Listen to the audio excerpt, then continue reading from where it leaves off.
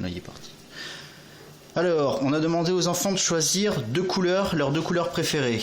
Avec ça, donc j'ai ici deux fils, une couleur bleue, un fil d'une couleur noire.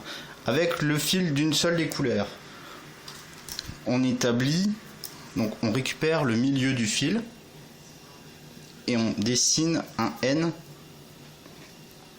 qu'on pose sur un support. Il faut le maintenir, ce N. Il va falloir le maintenir pendant toute la première étape.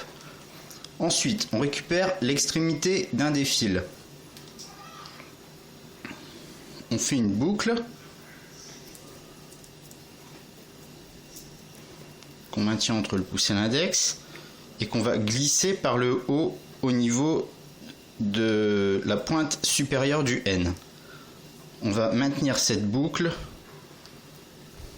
tout en utilisant une seule main. Bien sûr, on a encore besoin de notre deuxième main pour continuer. Avec l'autre extrémité d'un nouveau fil. Je présente toujours mon N. On va passer sous la branche montante, puis dans le triangle formé par la pointe du N. Et au niveau de la base de ce triangle, eh bien, c'est le fil bleu qu'on a déjà inséré. Puis on va terminer cette boucle. Déjà là, on commence à voir que on a nos 4 fils qui vont servir à la maille carton.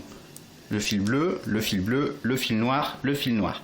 Il va falloir maintenant resserrer le tout sans perdre l'assemblage. Et là, c'est très compliqué. C'est là où généralement les deux fils avec les petites boucles ont tendance à s'échapper. Donc l'important, c'est de resserrer le fil noir et les fils bleus sans perdre les fils bleus. Ne pas hésiter, c'est la raison pour laquelle on utilise un support, à appuyer au milieu de la structure.